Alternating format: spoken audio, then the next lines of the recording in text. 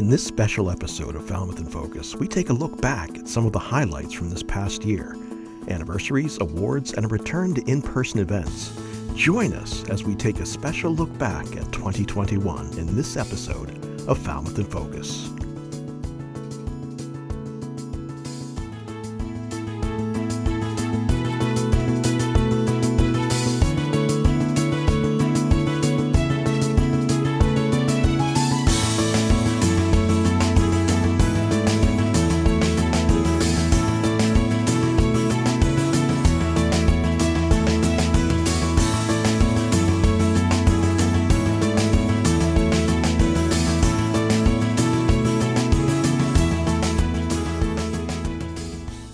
Hello and welcome to Falmouth in Focus, FCTV's current affairs program. I'm your host, Michael Kasparian. Throughout the year, we brought you regular updates from Town Health Agent Scott McGann to keep all our viewers up to date with the latest information on the coronavirus in Falmouth. For more on the impact of these weekly updates, we spoke with Scott McGann. Hi, my name's Scott McGann with the Falmouth Health Department, and FCTV has asked me to do a 2021 COVID review. It's definitely been an interesting year. So 2021 started off with high case counts and no vaccine. So a lot of contact tracing, a lot of cases, over 100 on a couple of weeks. Lots and lots of cases. And as the vaccine started to trickle in, maybe mid-January, we started to do first responders and healthcare workers and those in long-term care. What we found was that the state was not going to be giving health departments or municipalities directly the vaccine. The vaccine was going to go more towards mass vaccination centers, which was problematic for us because Gillette was a good hour away, and not everybody just can get up there. So it was a problem early on, but starting in February when you think you're going to be doing clinics, let's say at the high school every week or whatnot. So what happened was we got together with the county and we set up a clinic at the fairgrounds. Didn't have a lot of doses. I think we started out with 300 a week. And we started running some mass clinics with not a lot of vaccine. I think we started our first clinic, we had 600. Mainly because we just didn't get a lot from the state. The Cape Cod Vaccine Consortium came in and really helped coordinate with the state through Cape Cod Healthcare and Barnstable County and the health agents and the community health centers and some politicians to, elected officials to get together and start directing some vaccines to here. And then by March and April, it was pretty open. So it was a frustrating early part of the season. For getting vaccines. But once we got our groove, once we started getting more vaccines, I think most people got vaccinated somewhere in that March to May range. And by June, we only had 3 cases. 3 cases the entire month of June. So everything seemed to be doing really well until about mid-July, when Delta hit. So if you remember the P-Town outbreak with 700 cases, and there were Delta, and Delta's been here ever since, and Delta's brought the case counts back up. And we continue to battle Delta and now Omicron over the last few weeks, which seems like it'll eventually take over for Delta. It may very well, but Delta was the primary second half of 2021 issue. We started our schools full in person instead of the remote that we were doing in the 2020-2021 season with a test and stay program. Which has allowed exposed children unvaccinated to stay in school by being tested. It's been a lot of work for the schools, but the schools have been able to manage by keeping schools open. So 2021 is basically the first half is try to get vaccines, finally get people vaccinated, the cases go down, we get to enjoy June into July. Delta starts to come back up, and we start getting case counts that were not, off the chart until recently, but were manageable. But it really brought it back into the forefront. Not that it ever went in the back burner. And then we've been fighting with Delta and then Omicron. But we've got high vaccination rates in Falmouth. We're doing the best we can with it. And so we'll see what 2022 will probably start out with a lot of cases. Hopefully the new pills that you can take will help us in the future, the pills in addition to the vaccinations. And we'll just see what happens over time. But that's my update for 2021. You can view Scott McGann's continuing weekly video briefings on FCTV Government Channel 15, our Facebook page, and FCTV fctv.org. A solemn interfaith memorial service for those lost to COVID-19 was held back in June on the Falmouth Public Library lawn. The service was sponsored by the Falmouth Clergy Association, Falmouth Chamber of Commerce, Falmouth Enterprise, Falmouth Hospital, Falmouth Cares, and Falmouth Community Television. Here are just a few scenes from the service.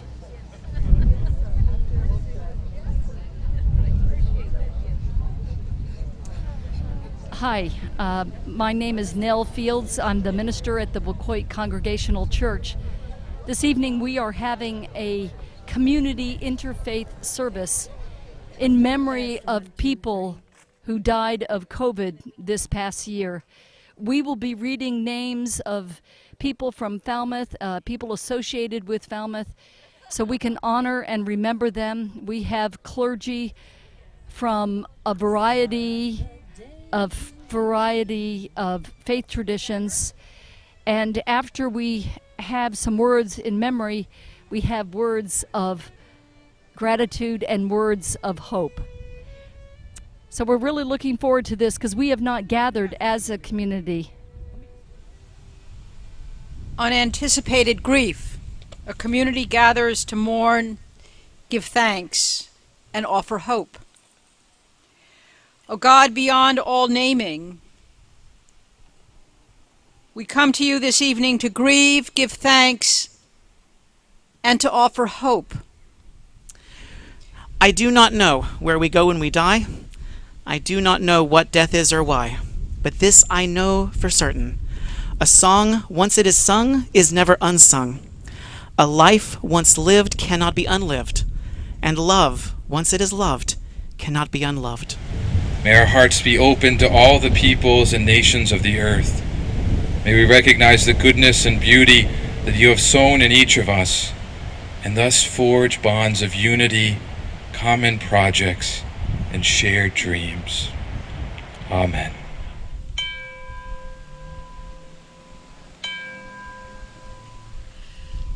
Nam-myoho Renge Kyo. Nam-myoho Renge Kyo. Nam-myoho Renge Kyo. Hey,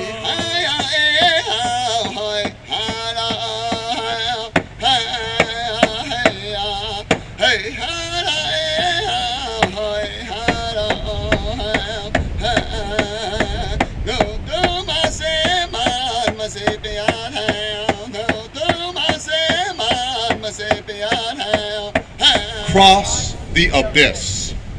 Cross the abyss. Cross the abyss. Fred Joseph Ravens. Raymond Reeves. Kelly Hurley Regan. Jean Sampson. Sha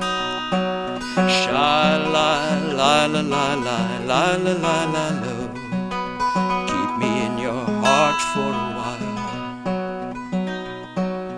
Keep me in your heart for a while. Keep me in your heart for a while. The service can be seen in its entirety on FCTV Public Channel 13 and the FCTV website. At the end of the year, another event was held in remembrance of those lost throughout the year at the Luminaries of Love event at the Wacoit Congregational Church on All Saints' Day. Reverend Nell Fields spoke to FCTV about the event. I'm the Reverend Nell Fields with the Wacoit Congregational Church. Welcome to Luminaries of Love. This is our All Saints event. It's an All Saints walk when people from the community are invited to light a luminary for the people they've lost, light a luminary in honor and celebration of the people who are still here, saints in their life. This is a tradition that has been going on since the year 600, and many people in the Christian church believe this day is a thin day It is a thin day when the veil between earth and heaven is so thin that we can see the other side, and people who are in heaven can see us. So we gather this evening to light luminaries of love, to be with each other in community, to remember all the saints in our lives, those we've lost and those who are present with us still. Requests came in online from across the globe to light the glowing luminaries for lost loved ones. We're going to take a quick break, but when we return, we'll take a look back at some of the major government events that took place here in Falmouth this past year.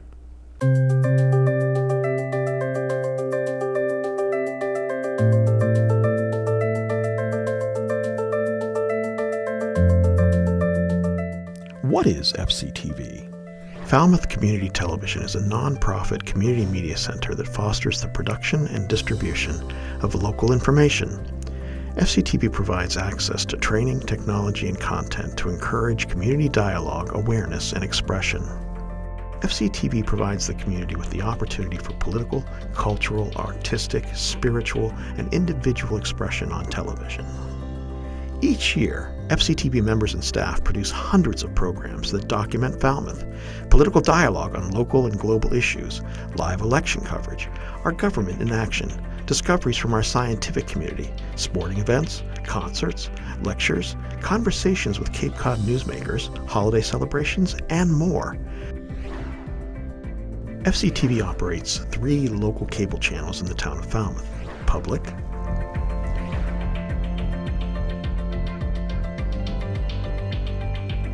Education,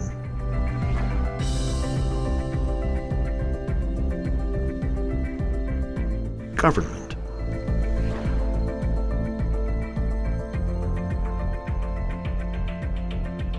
And all of FCTV's channels are also streamed live on our website at fctv.org. FCTV members have open access to the local public cable channel to express themselves freely, entertain, and enlighten. That means you can make your own television program about any subject that's important to you. It's a place to have your voice heard. FCTV offers its members free training and access to state-of-the-art production equipment for the purpose of producing programs for our local channels. A core curriculum covers the essentials in video production. FCTV also offers skill-enhancing classes in advanced directing, lighting, software, and editing techniques, along with workshops focusing on emerging techniques such as podcasting, iPad videography, and animation. Engaging our youth has long been an important goal at FCTV as we build a more media-literate community. We accomplish this by offering a wide range of fun and educational youth workshops, including our weekly Youth Producers Club, school vacation animation classes, and special programs. FCTV is your source for timely communication of important issues. Through our active participation in the local and regional emergency planning committees, FCTV disseminates timely updates through our cable channels, website, and popular social media outlets to help our citizens and visitors prepare, act, and remain informed about weather-related events, power outages, road closings, and other local conditions. We are committed to supporting the creative economy. As part of this commitment, FCTV offers exhibition space to local artists in its community gallery. Each month at the gallery, a different artist or group is offered space to exhibit their work, and an accompanying video is produced, which highlights their craft. The gallery also serves as a gathering space for local member organizations to reserve and use for meetings. As community expectations and needs grew, FCTV board and staff looked at how we could expand our resources to better serve our community. This began in earnest in 2014 when, with the help of grants from the Falmouth Road Race, the Falmouth Fund, and individual donors, FCTV acquired its mobile production vehicle, the only one of its kind in Cape Cod. Then, in 2015, FCTV initiated a strategic planning process that led to the planning and creation of a new, larger facility, the Falmouth Community Media Center. This new facility, completed in the spring of 2019, provides Falmouth with a state-of-the-art media center, an essential modern community resource. This facility includes 2 studios, one with a full working kitchen for production of cooking shows. Larger training and production facilities and rental space allows FCTV to expand its services to include more workforce development, youth initiatives, and offer exciting new venues for member organizations to use for events. By partnering with FCTV, nonprofit organizations and community groups are able to communicate their mission, services, and programs through a variety of distribution platforms. For organizations and businesses that may not have the resources and manpower to produce their own programming, FCTV offers a full range of production services and equipment rentals.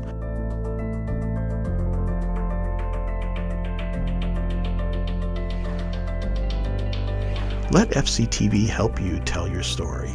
Individual, family, and organizational memberships are available for a nominal fee. Stop by and pick up a membership packet, download an application from our website, or give us a call. Join us in our mission to preserve and foster the legacy of open communication, hyperlocal media, transparency in government, lifelong learning, and community collaboration, and take advantage of all FCTV has to offer.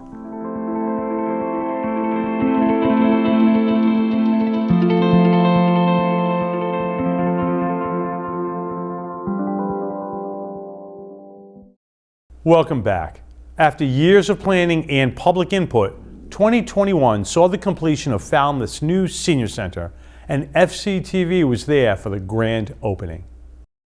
Hi, good afternoon. My name is Jill Irving Bishop. I am the director of the Senior Center, where actually our department name is now Senior Services. This project actually started many, many years ago, probably over 12 years ago. I know 10 years that I've been working on the project myself. The construction was completed back in last March of 2020 when we were originally going to have our grand opening. On March 13th, the world shut down with the COVID pandemic. Our original grand opening was scheduled for March 20th of 2020. So we shifted in what my staff was doing to kind of help seniors through the pandemic, through a lot of outreach, support services, Zoom services, food distribution we took on, and a big part of the vaccination rollout. So we still maintained a lot of what we were doing here at the Senior Center, even though our facility was closed. So all of the tours that we're doing, the comments are fun to hear because when people come into the facility, they've been looking at it from the outside for so long. So when they come in and see the environment we've created, the space, the flow of the space, the flexibility of the space, and the opportunities for, we all created a space that is programming and then space that is for socializing and activities. So it's fun to hear the comments. What we're going to do as we ramp up our programming, we're going to ask people to continue to be patient because we have a lot of new program of services that we will get up and fully functioning as one of our goals. So we're excited for this, and I think the community is as well. When we decide about the space needs and the flow of the space, I really wanted to take the viewpoint of the participant.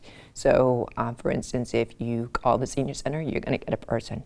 You walk into the Senior Center, you're going to meet with a person, so they're going to be able to help you whether you're signing up for a program or service or asking questions or needing assistance checking in.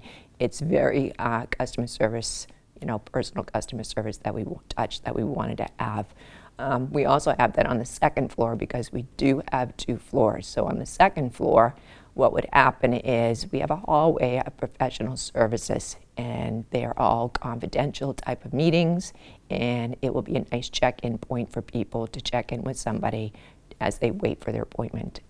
In that professional service hallway, our outreach coordinator office is there, meeting with clients. Our clinical social worker is there as well, meeting with clients and helping people with resources. We have a a significant amount of volunteers.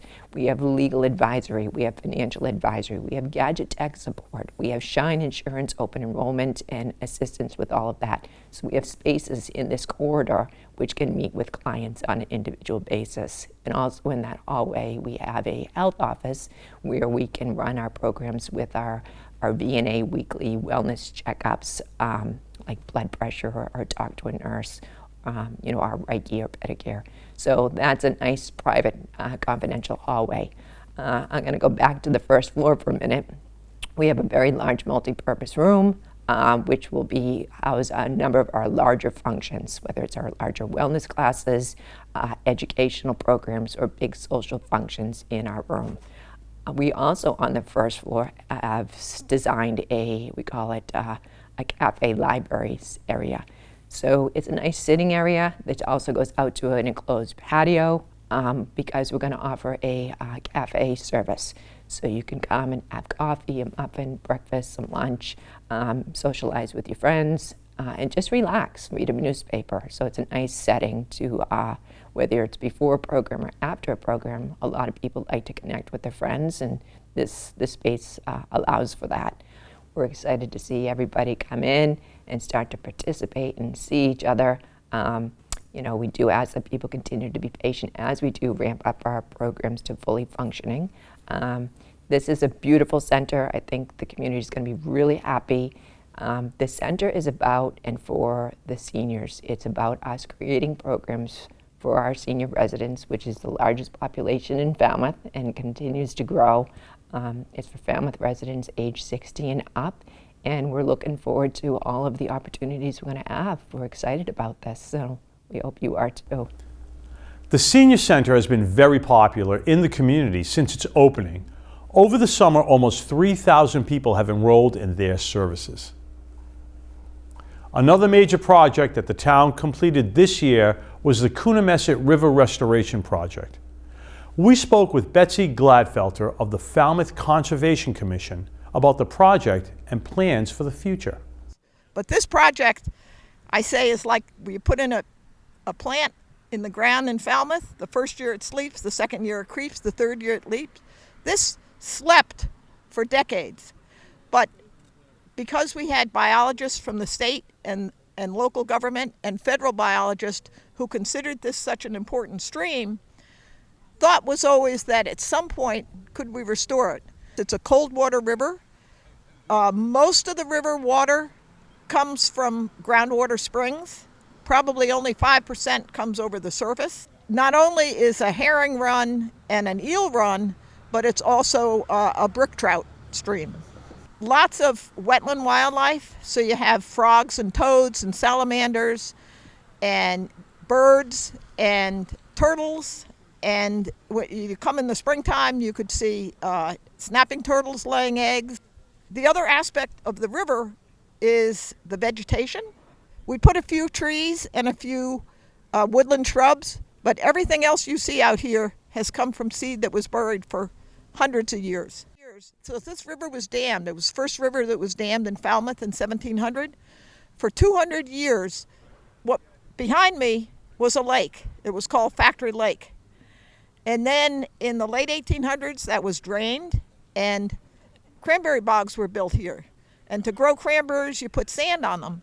So for 100 years, that area was built up with sand.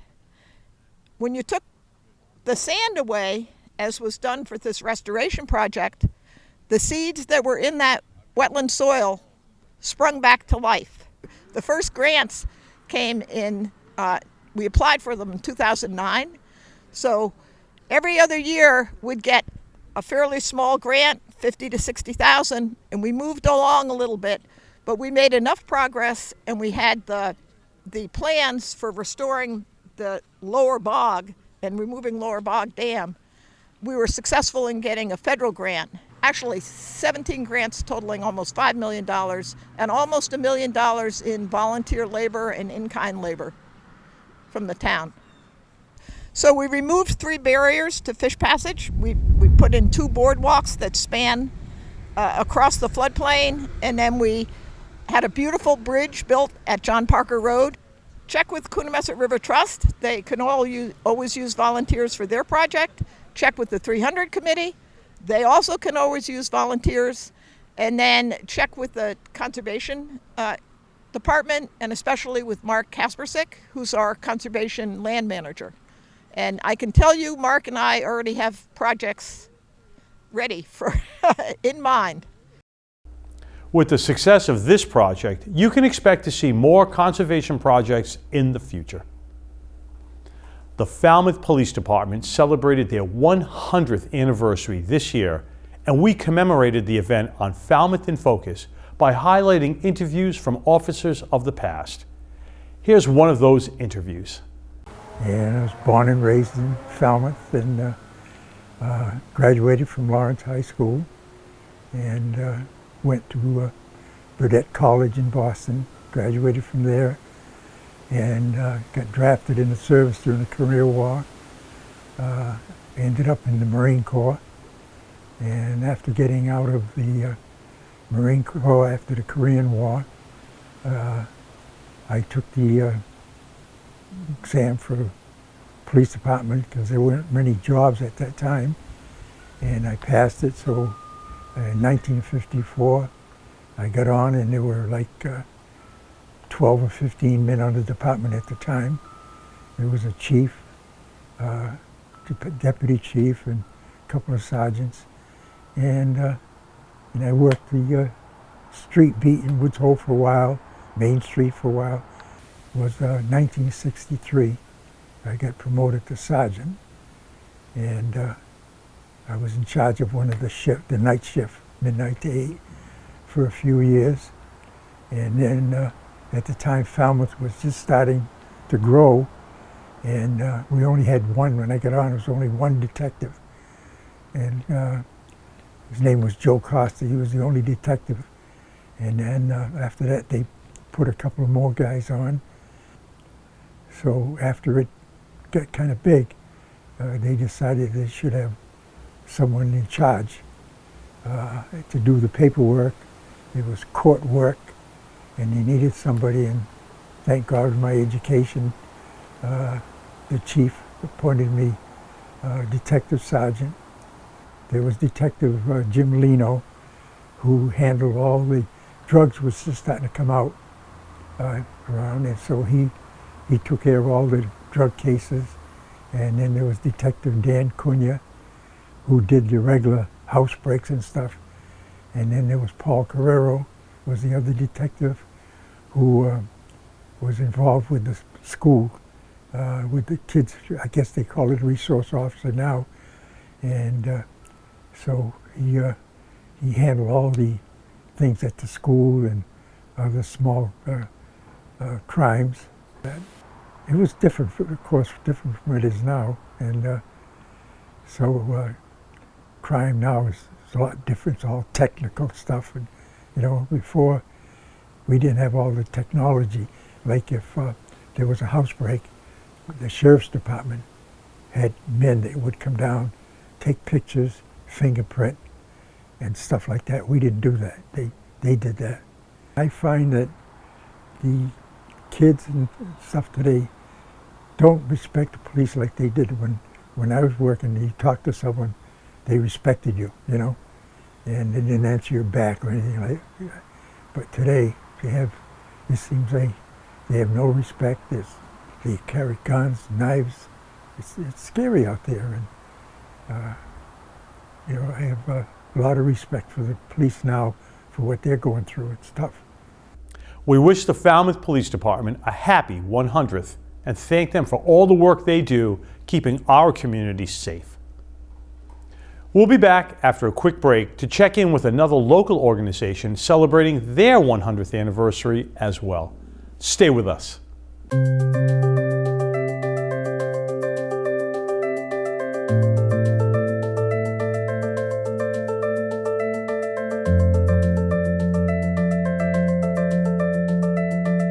Businesses and organizations can promote their work and align themselves with people who care about their community by becoming an underwriter of FCTV's productions of Falmouth Town Meeting Live, the Falmouth Road Race, or Falmouth in Focus. FCTV produces a professional underwriting video as a means of publicizing the business or organization, which airs 3 times a day, 7 days a week. My name is Michael Duffany, longtime resident of Falmouth, longtime supporter of FCTV. FCTV is very important in bringing some of the functions of town government to the folks that the watchers on TV. In my world, we're involved in local government a lot with permitting and some of the other aspects of zoning and planning and so forth.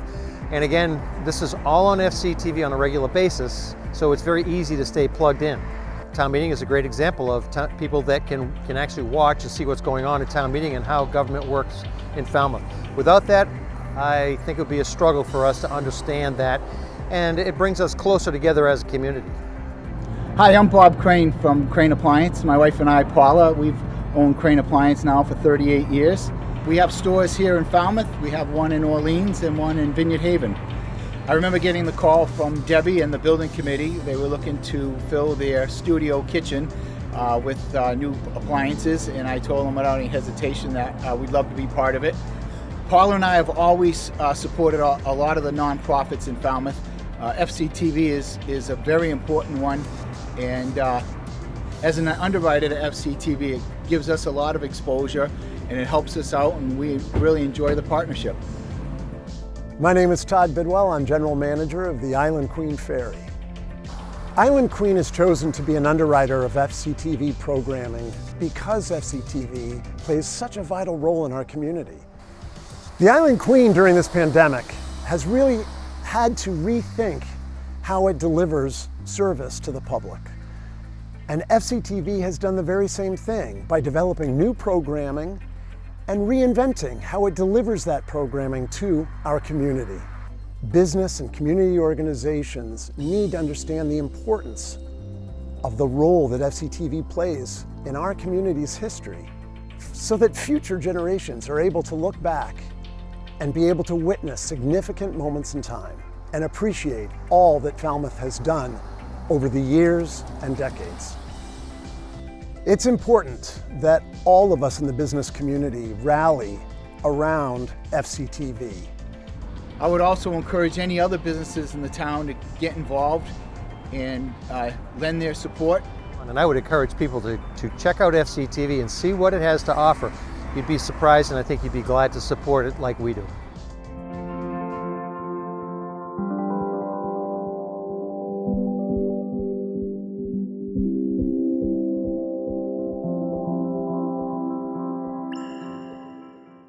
Welcome back.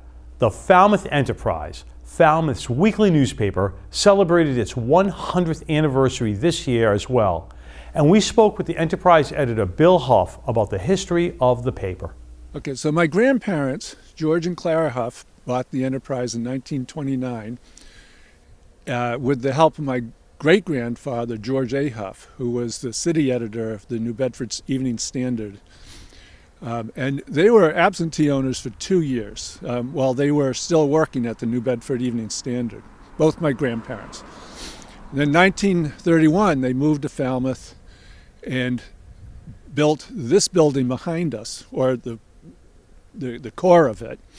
The town was so small in those days that people wondered why they were building so far out of town off Main Street. They came in the depths of the Depression and managed to keep the paper going, but come World War II, all the activity at the base, the town grew tremendously. That era, in the 1940s, the paper probably changed more than it had, at least in appearance and the way they reported. The front page ads disappeared. The news was more straightforward and less folksy. Now, my dad came in 1951. I was just reading a piece by him of what Falmouth was like in 1951, and he said the war changed the world all over, and it changed a lot. In Falmouth, it changed too because of the Camp Edwards at the time. But in a lot of ways, the town was still the same as it was when he was a boy here. from 10 years old, about 15. The same selectmen. The East Falmouth was almost all Portuguese, and lots of strawberry farms. Strawberry farming was a huge commercial part of the town in those days. But the town was there were only about 5,000 people in town even at then, and the circulation of the paper was about 3,000, which was considered very good. My sister Margaret and I, both of us are sort of casting around after college for a number of years and trying to figure out what we really wanted to do in life. And for very different reasons, we both ended back here in Falmouth. So Margaret and I took over as co-publishers in 1993. And then it was, now you were asking what it was like to work together. It was a challenge. Splitting up any business is a challenge. I think we did fairly well. But the newspaper was so profitable in the 80s and early 90s that we could make a lot of mistakes and get away with it. And we did. But we also learned a lot, and my dad taught us well. So we had a foundation. I had hired Chris Megan as our sales director, and that was 1991. And Chris and I started On the Water magazine in 1996. And that took a lot of our time and energy, but we managed to get that off the ground. And it was very successful. And in 2005, I sold my interest. We broke On the Water out as a business on its own, out of the enterprise. I missed that piece. In 2005, I sold my interest to Chris, and with that, I bought my sister out. So I became the sole publisher. I think that the enterprise in the print edition will be around for quite a while. Congratulations to the Falmouth Enterprise for 100 memorable years. Another organization in town is quickly approaching 100 years.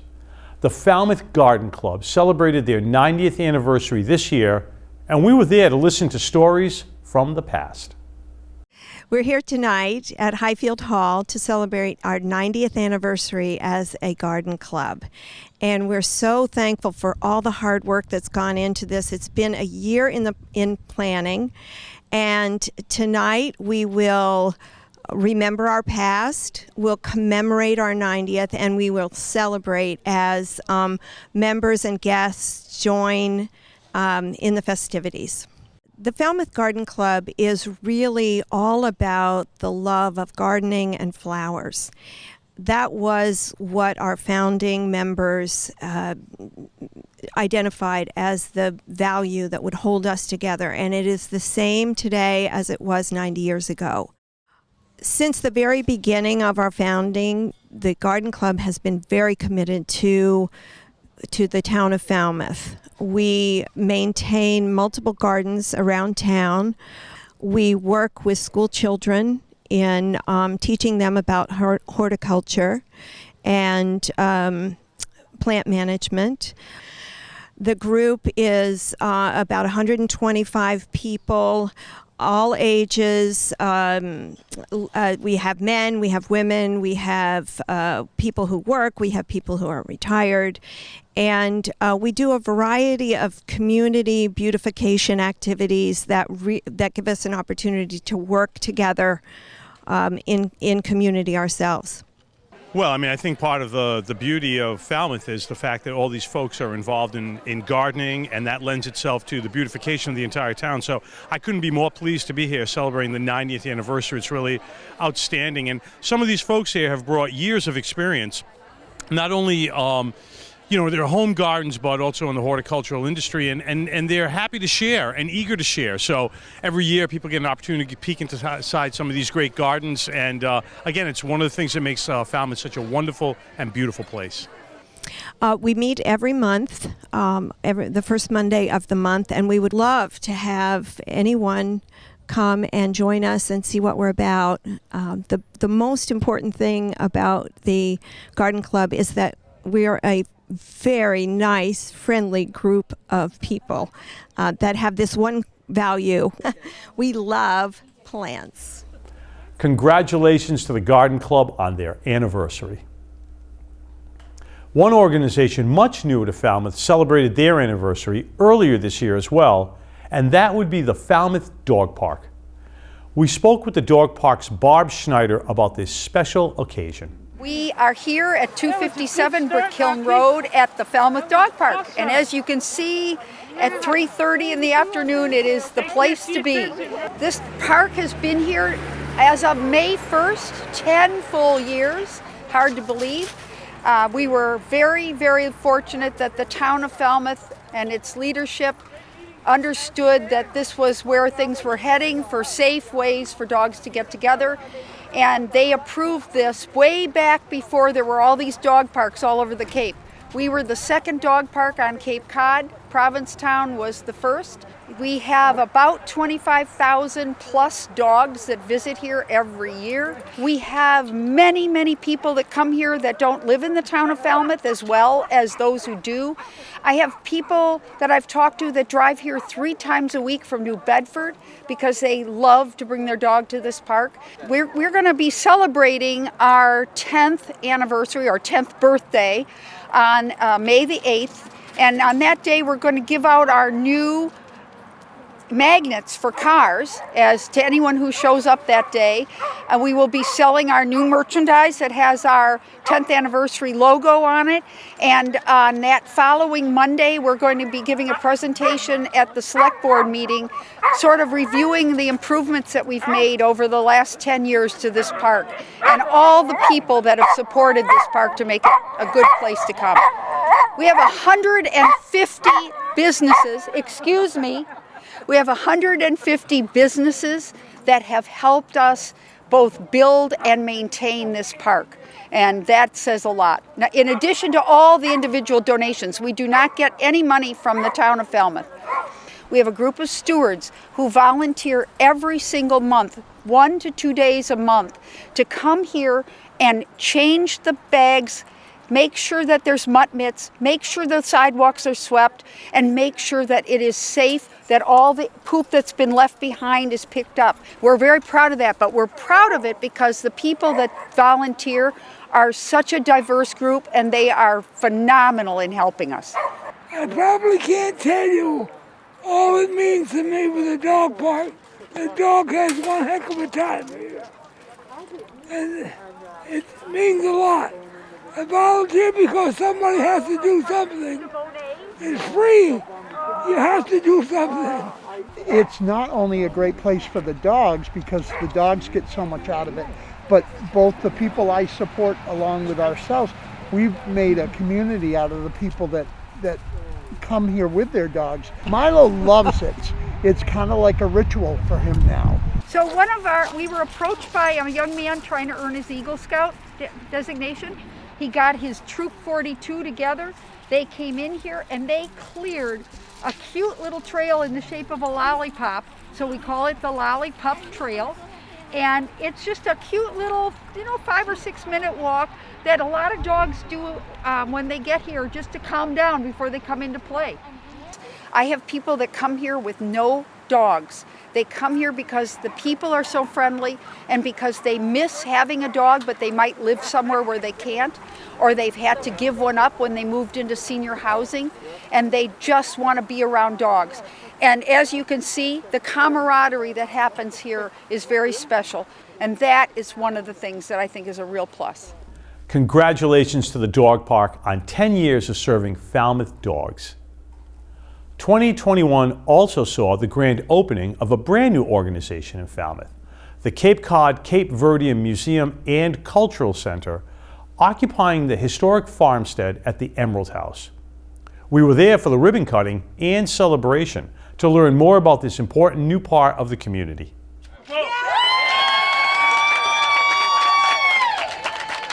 This is a very, very historic day because this is the first Cape Verdean Cultural Center in Massachusetts. What this museum is going to mean to the community is the fact that they can have a place to go and to learn, because we're going to try to teach our culture, which has been lacking for 100 years, but now they will have a place where they can come and we can show them timelines, years of stuff that's gone on, things that we've been involved with. This is about the Lusophone community, which is your Portuguese-speaking people that speak Portuguese, Cape Verdean, all of that encompasses, because we're all the same. None of us, the only difference between us is my family landed on Cape Verde, your family landed in Portugal, your family landed in Brazil. But we're still the same people. I mean, there's no difference, no difference. So this museum is the culmination of a couple of decades of several of us waiting, wishing, hoping, dreaming of this to become a reality. So we want to show not only that the Cape Verdeans have a long, unique legacy here in America, but also that we need to teach the children what some of us have even forgotten.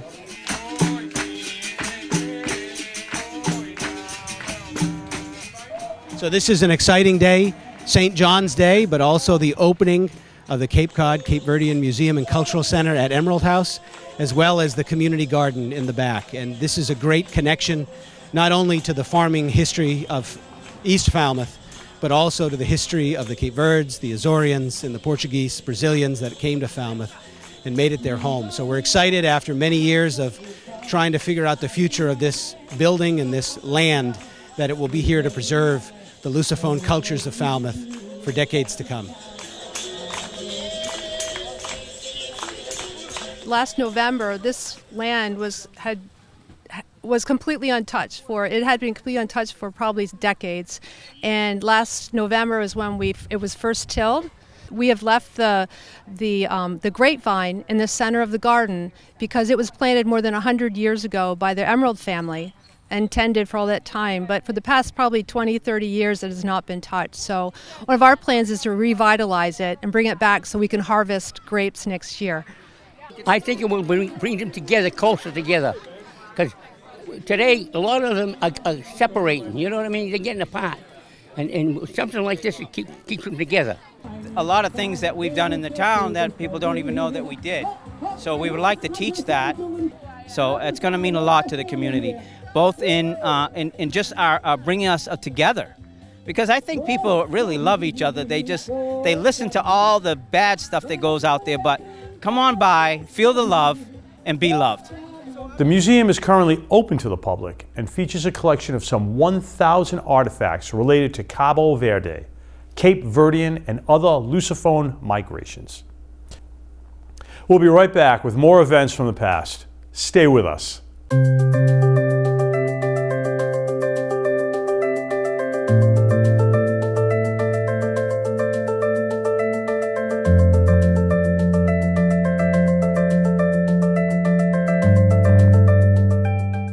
I really started working with FCTV back in high school, back in the days when I used to attend town meeting to learn about town meeting, and when I couldn't, I could watch it on Channel 13, now Channel 15. And now as town moderator, I'm honored to have them cover town meeting, gavel to continue that tradition, to bring transparency to government and make sure that members of our community know what's going on. FCTV is really the gold standard for coverage of Town of Falmouth governmental events. All the remarkable things that are happening in the Falmouth community that makes us such a special place. We did have a wonderful feature on the Two Ponds Boardwalk that Falmouth in Focus did when that was under construction, and we were able to showcase some work of the Eagle Scouts and really connect with Falmouth, the people of Falmouth, and really plug into what's happening in Falmouth. We have found it to be invaluable, and we've benefited not just from being promoted by FCTV, but I think that we've also found some partnerships and collaborations through FCTV that maybe we would not have found had we not worked with them.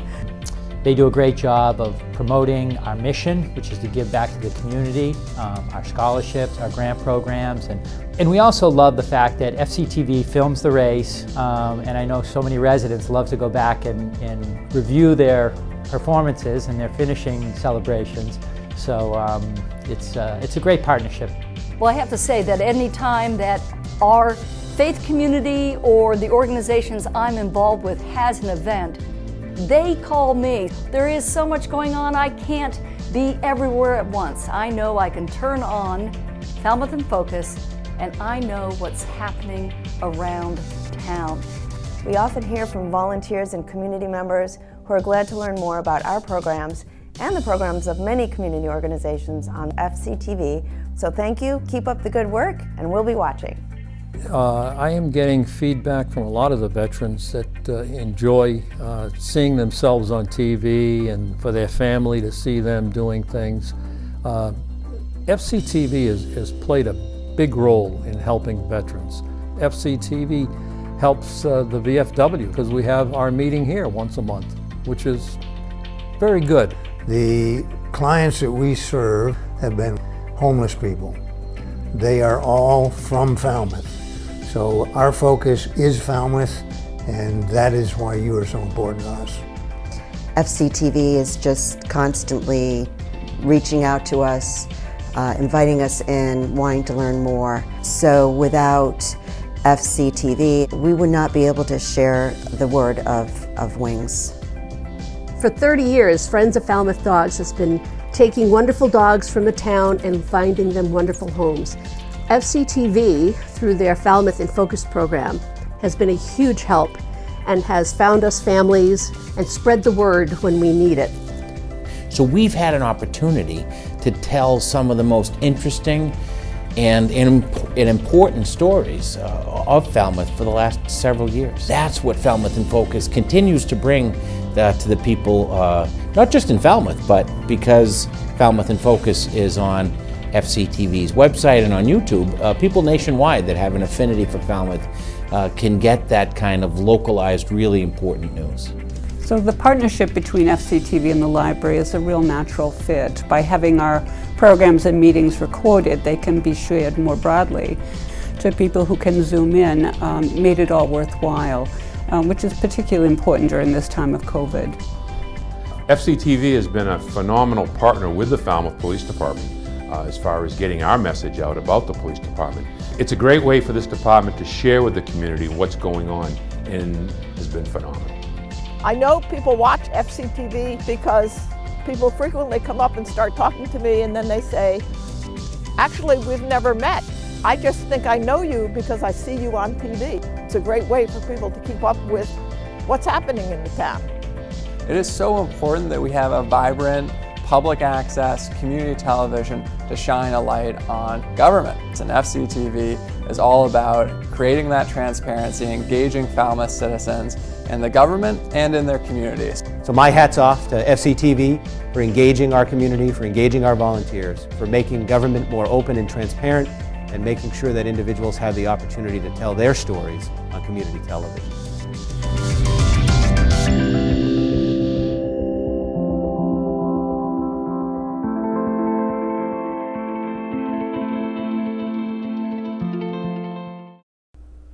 Welcome back. This summer saw a return of in-person events across Falmouth as our town looked hopefully to bring back a sense of normalcy to the community. One of the first events to come back this year was the Farmers Market and Art Market. We stopped by to see how COVID was impacting them this year. Have there been any challenges this year while setting up the market? Compared to last year, everything's a breeze. COVID created a lot of chaos, and on the safety precautions, it was just like a lot more work. Managing people and crowd flow and just trying to keep it safe. So this year's been easy compared to last year. And how do you choose your vendors? So we try and find vendors as local as possible. We have like a 100-mile radius that we try and stick to. Certain products, obviously, we don't really produce a lot of maple syrup here, so like things like that. And then meat, there's really not a good source of meat in the quantities that we would need here for our customer base. So we have a few vendors that come from outside that 100 miles, but because they're missing locally. So we don't have a huge pool of farmers here on Cape Cod. 2 of our 4 farmers are from Falmouth, which is actually nice, but a lot of them come from off the bridge where there's more farmland. And what are you looking forward to for the rest of the summer? Oh, I mean, I'm a big fruit fan. So, like, if we're talking food, anything, the fruit's coming out. We got plums and peaches this week, and blueberries showed up this week. So, the fruit's happening, and I'm really looking forward to more fruits. And then the winter squashes are always like, when I start to see those, I'm like a little bittersweet, but I can't wait to try them. Yeah, I would like to add that we have a great program here called Share Your Bounty. And if you have extra produce in your garden, or if you have just an abundance of food from visitors and you wanted to donate those to the service center, we actually have a pickup location here on Thursdays for that very purpose. So you can bring canned goods, you can bring garden produce, and you can also buy things at the market to donate to the service center. And so we encourage people to come by the market with their extra produce or canned goods to donate to the service center. Being outside and enjoying the community and listening to the music and talking to all the other people here and the customers, it just really feels like summer. Oh, it's a great event. I mean, I encourage everyone to come down. There's 25 different vendors here, and we have music from 2 to 4, always different, but always enjoyable. And this year we have a book booth where you can meet an author, buy their book, and you know, it's just really nice, and it brings out all the best of Cape Cod, I think. So it was a weekender, and it would bring people down from Boston to Woods Hole very rapidly. Wow, I grew up on Surf Drive, as a matter of fact, so I thought I could paint this and bring back some nostalgia from the early 60s in Falmouth. Probably the Nobska Point one, the big one. Everybody loves Nobska because it's one of the most favored lighthouses on Cape Cod. I like animals. I've got lions, I've got orcas, I've got owls. Most excited for people to get into the arts. Both markets were well attended all summer long and will start back up late this spring.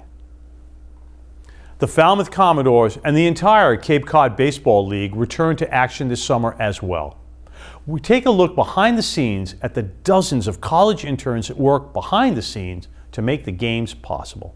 Hi, I'm Ellie Fideli, and I'm here with Adriana Candro, the video director here at the Commodores.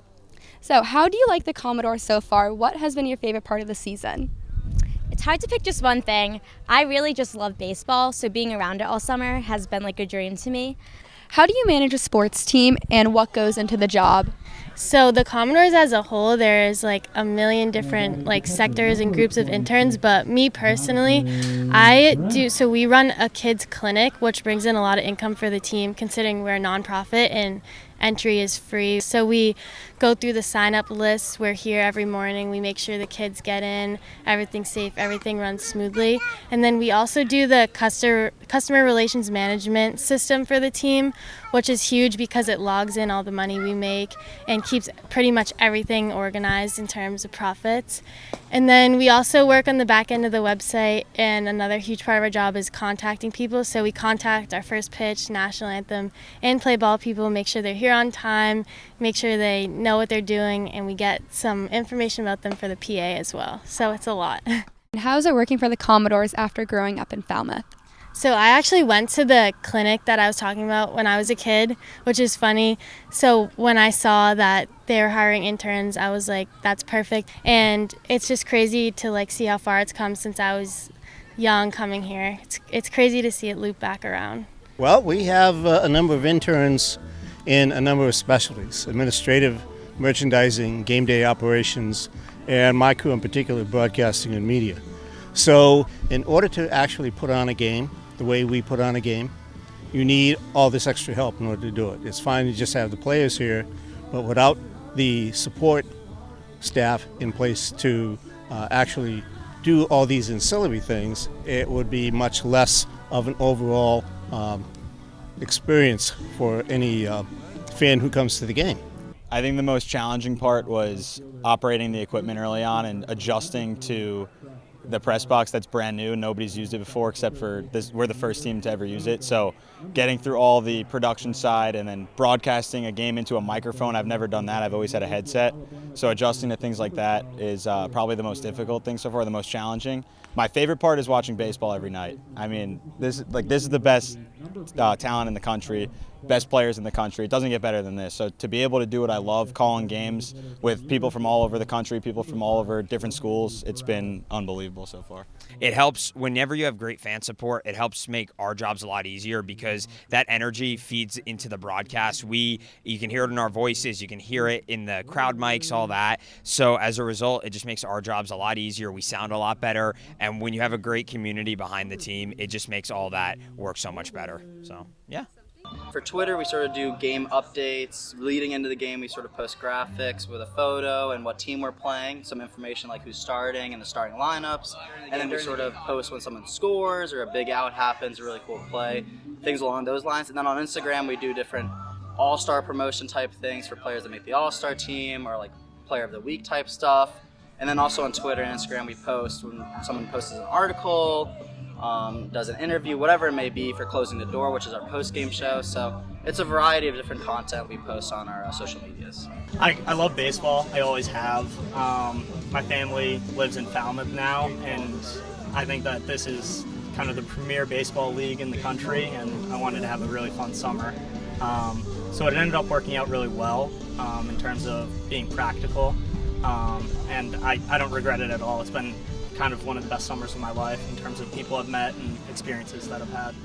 The Falmouth Commodores had a heartbreaking season, missing the playoffs by just a few games, but hope to return next year and recapture the Cape Cod Baseball League Championship. Also returning this summer after a one-summer hiatus was the Falmouth Road Race, now with a new title sponsor, ASICS. FCTV was there to bring you live coverage of the race from start to finish. We also spoke with some of this year's runners. Coming back finally was amazing because it's pretty emotional, to be honest, because it's like even just getting here was a win. You know, it's like I never made it this far in my season since then. I got hurt last time. Like even just getting healthy through the Olympic, like trying to make the Olympic team, that was a big emotional build, a lot of physical toll. So just getting through the whole season and getting here healthy was a huge win.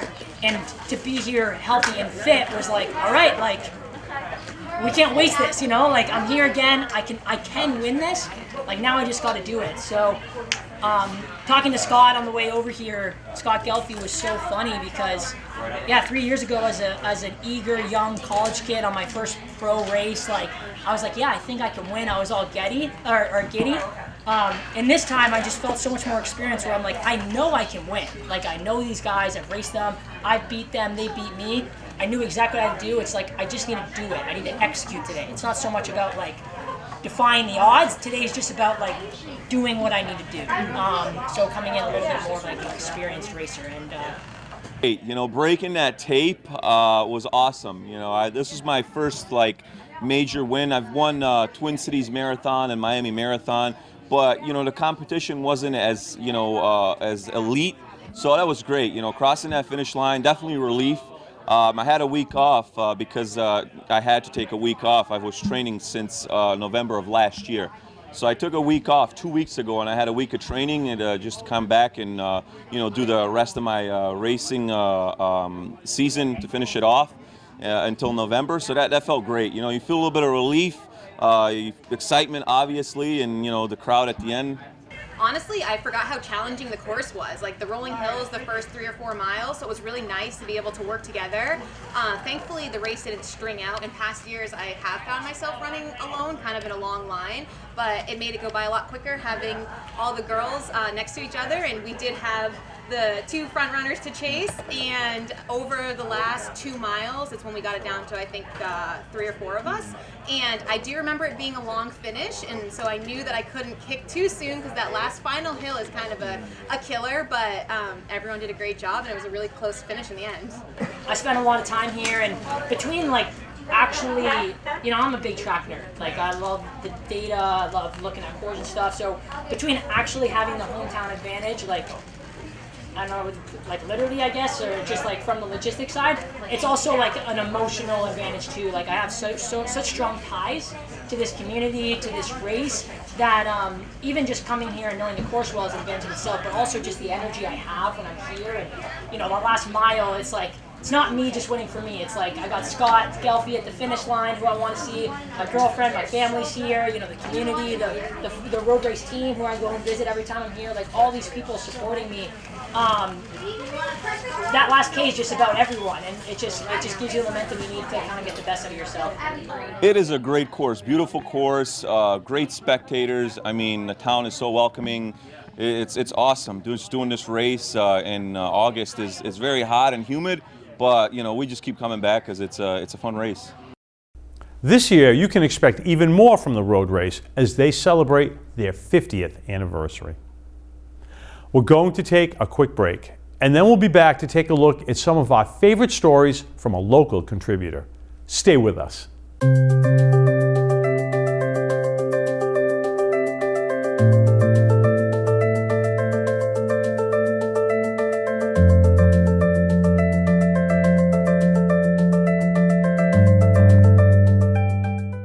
Hi, I'm Jay Zavala. And I'm Susan Zavala. Yeah, we're a package deal. We come together. We're members of Falmouth Community Television. And we've been here for 17 years. 17 years. Which we found out today, and it just surprised me that it had been so long. The cool thing about FCTV is they have all this wonderful equipment, so if you're a closet geek like me, it really does appeal to you, and they teach you how to use all of it. And for a very nominal membership fee, you have access to all of it, and they teach you how to use it, and you can make television. I think being a member here is something really special. I think that it allows you to get to know the community. It allows you to get to participate in the community and help provide a service that I think is really unique and really, really important. The staff has been great about walking me through the process. I've begun doing some camera work, and even was very surprised to be asked to do some video taping myself, you know, kind of without any others around, and being the only member of the crew taping things, and then coming back and editing. The expression, having the embarrassment of riches, is what happens to me. There's so much that I'm offered here. I do a program that is just rewarding because I meet so many interesting people.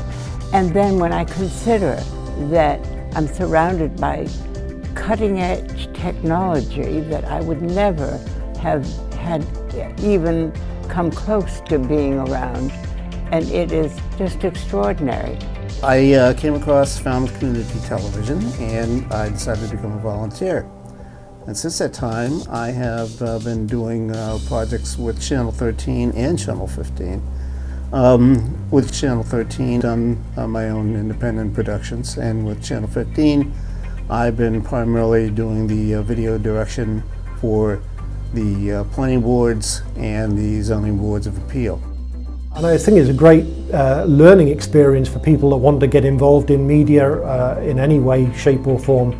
Learning how TV's put together, learning how to compose a video, learning how to produce a complete show, going and taking something of interest around the town and letting other people know about that. And it's just very good to learn the technology. Community TV is something that's really vital for communities like Falmouth. Helps with transparency of government, helps provide training to people who are interested in learning about media, either young or old. And I think it's really important for people to be empowered to understand how the media works. And there's really no other way of learning that better than actually doing it. Especially because of the new facility here, there's really something for everybody. If somebody wants to produce a small packaged piece for Falmouth in Focus, you can teach that. You have the equipment for that. It's fantastic if they want to, you know, host a cooking show, if they want to do poetry and prose and speak on camera. There's really all sorts of opportunities here at FCTV. I started hosting Poetic License just before the pandemic hit, and it has totally impacted my life. The Zoom format gives us an audience of peers, and also the larger audience. We can't see them, but they can see us, which is great. What I like is being a member and knowing that if I get this great idea, I can come to FCTV, chat with staff.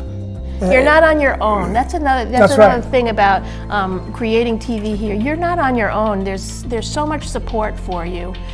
If you don't remember how to do something or you don't fully understand how to do something, someone will be able to explain it to you and help you. Everything that I've hoped for is right here. I feel like I walked into the right place at the right time for some reason. Plus, for those who have not become members yet, there's a great adventure waiting for you. And it's a great group of people to be associated with. Yep.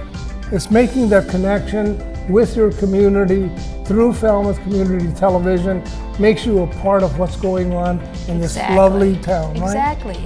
They're really state of the art, and it's just a fantastic thing to have in our community. I think Falmouth is pretty lucky with that.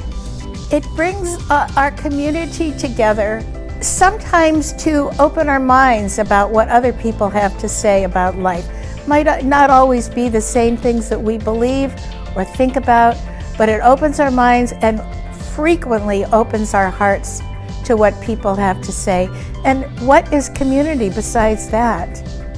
This place is a really special place, and this community is lucky to have this place and the people who work here as a resource.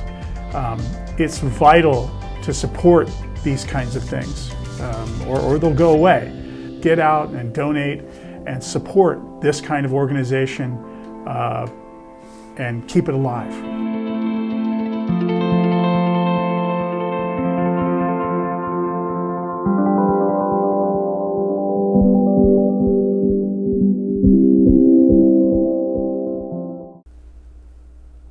Welcome back.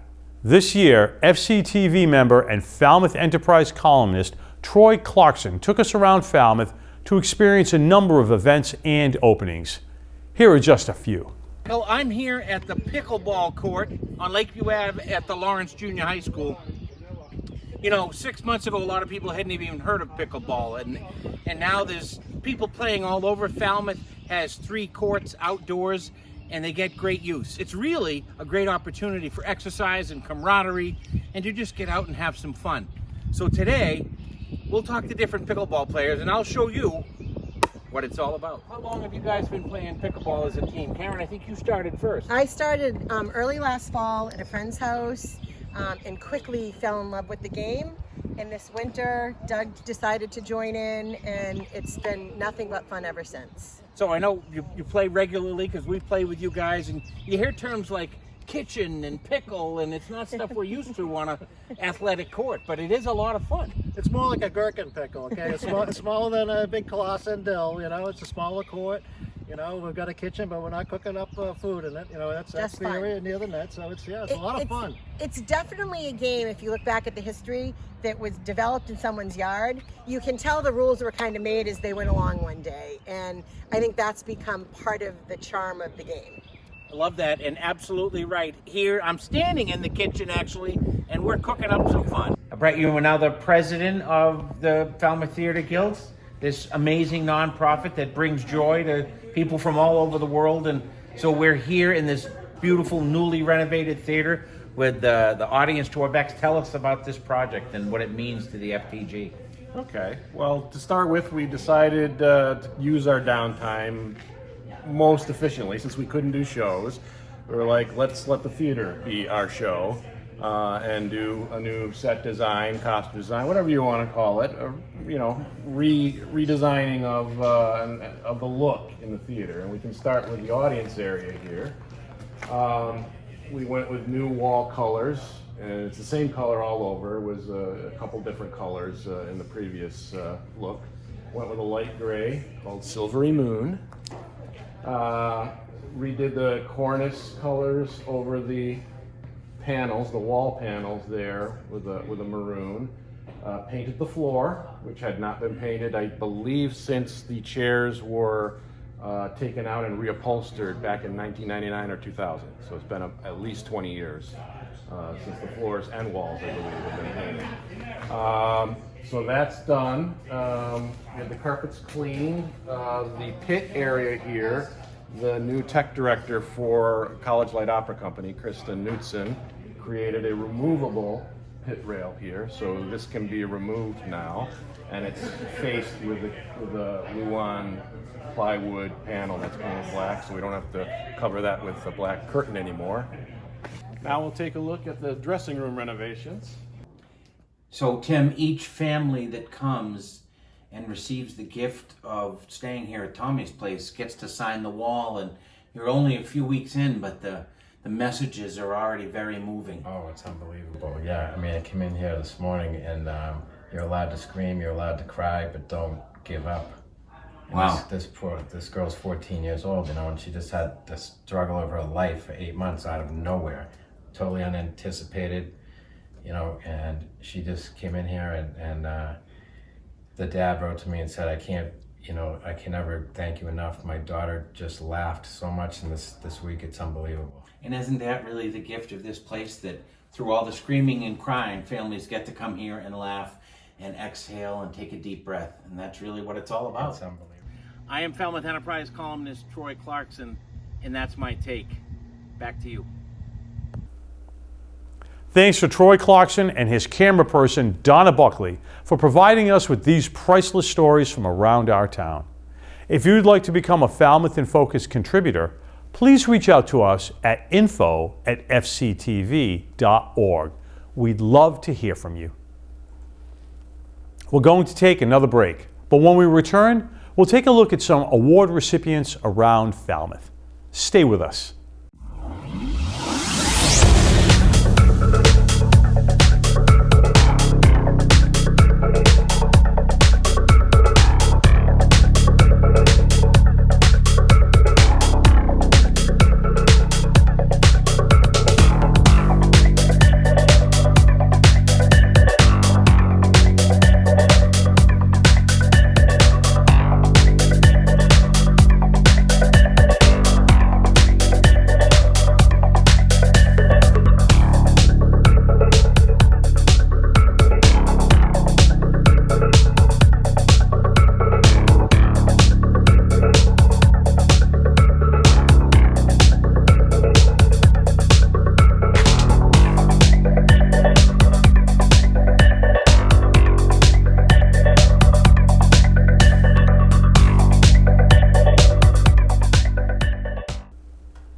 Welcome back. The annual Heritage Awards at the Museum on the Green were postponed last year due to the COVID-19 pandemic. This year, all the recipients gathered together this fall to finally celebrate their achievements. We spoke with the recipients about what this award meant to them. Hi, I'm Mark Schmidt. I'm the Executive Director of the Falmouth Historical Society, the Museum's on the Green. Welcome to our 2020/2021 Heritage Award event. This event is to honor individuals or organizations that have made a positive impact upon the history, the culture, the fabric of the town of Falmouth. We've been doing this since the year 2000, so this is actually the 21st year we have done it, 21st time we've done it. And originally, these 5 ladies were to have gotten the award in April of 2020. But because of COVID, we obviously had to put that on hold. We tried to do it again in the fall of 2020, the spring of 2021, but again, COVID protocols didn't allow us to do this. So we got together with the ladies. We asked them if we can find a date in the fall and have it outside on our grounds. Would that be something they were comfortable doing? And if people wanted to wear masks and spread out, would that be something that they could do? And they loved that idea. So in days gone by, it's been more of a dinner. This was more of a cocktail party, but really the whole thing was to allow people the opportunity to thank these 5 amazing women for the work that they've done individually and collectively, and honestly to get out of the house that we've all been kind of locked up and tired of wearing masks and tired of COVID protocols. So this was a way that we could have a nice outdoor event. It's the first day of fall, and to show how much we really appreciate these ladies and what it is that they've done. Hi, this is Margaret Gifford speaking. Now, we're having a great party here, and this is really, this kind of award is honored a lot more honorable people than me. But I think one of the most important things about Falmouth is the fact that nobody needs to come here and sit around. This town is so welcoming for everybody who does volunteer work. I'm Barbara Kanelopoulos, and I am very much taken with this honor. It means a lot to me. It means mostly that there's a recognition in this community that community service is important, that people value the act of caring for each other and doing as much as we can and giving our time to the welfare of other people. My name is Pamela Rothstein, and I am honored by this Heritage Award. And what I'd like to say is this, that we've had an unusual time in the past year and a half or 2 years, and it's been a time where it's allowed me to sit with this recognition. And I probably share this view with the other honorees, that it just has intensified the feeling of being honored. My name's Penny Doobie. This award, I think, is particularly meaningful because there are 5 women getting it at the same time.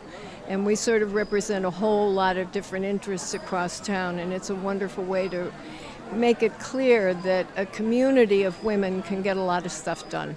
I'm Sharon Nunes, chair of the Falmouth Fund. I know that the Falmouth Historical Museum, Museums on the Green, has been giving this award out for 20 plus years, and I know that many of the previous awardees, honorees, I know personally, and am just incredibly honored to be part of that small community. But have to say that anybody who wants to help make Falmouth a better community, there are incredible opportunities to volunteer, and I'm just so honored to be part of the other 4 amazing women who are honored this evening. It's just amazing to know that there are probably hundreds of others in the community who deserve this award as much as we do. Congratulations to all the recipients, and thank you for your invaluable contributions to our community. Another award given out this past year was the Falmouth Chamber of Commerce's Citizen of the Year Award. This year, the award went to former Falmouth Service Center Executive Director Brenda Swain for her years of commitment to the town of Falmouth. Well, we're just thrilled after 2 postponements in 18 months that we're finally able to pay tribute to our Citizen of the Year, Brenda Swain, in this amazing venue here, the Seacrest, as you can see. We have a great sunset in back of us, perfect day for her. And who could be more deserving? Nobody could be more deserving than Brenda. There was a time in my life where I needed some help, and I knew who to call. And I called Brenda Swain, and she kindly and compassionately led me to the services that helped change my life. There are thousands of stories in our community just like that, about people that Brenda very quietly, compassionately, and lovingly helped. And it is so wonderful to be able to honor her in person here tonight at the Seacrest. So Brenda, Falmouth loves you right back, and we're so grateful to pay tribute to you tonight. We have 650 volunteers today, a number of staff, and her compassion and her thoughtfulness made the service center what it is today. And we couldn't be happier to be honoring her. And we thank the Chamber for helping that.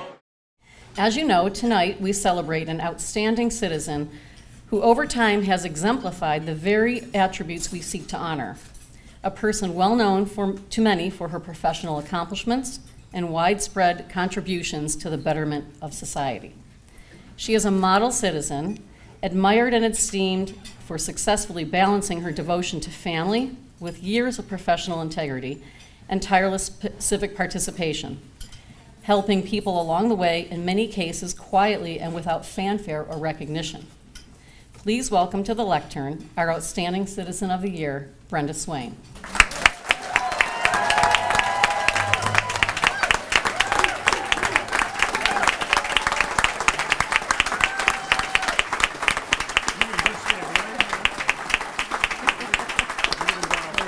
If you know me, I'm always trying to look at the world as the glass is half full, and to focus on what is right in life, and to do this by taking actions in support of people around you, erring on the side of generosity. Those kinds of actions make you a better person and make the community a better person, a better place to be.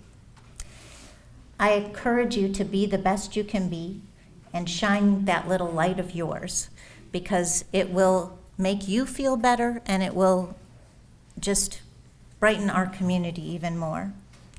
And find the work in the world that makes you feel like you've never had to work a day in your life. I was blessed. That's how my work always was. Thank you for joining me here tonight. COVID kept us apart for a year and a half. The huggers among us have had a very challenging time. Please be safe, be love and give love, and appreciate each and every day. Thank you.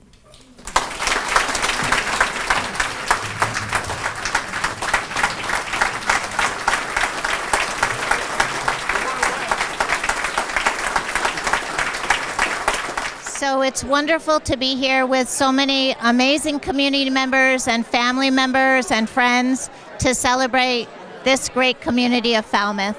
And I'm honored to be the Citizen of the Year, but it's really all about everybody in this room. That's what makes this town special. Congratulations, Brenda, and thank you for your leadership and selfless service to our community. 2021 was a very exciting year as we saw many things steadily return to normal here in Falmouth after the COVID-19 pandemic changed our lives in 2020. We're hopeful that things continue to improve in 2022. No matter what happens, you can count on Falmouth in Focus to bring you the latest on what's happening around our town. We leave you now with the sights and sounds provided by you, our viewers, using the hashtags MyFalmouth and Falmouth in Focus. Thank you for watching. We'll see you in 2022.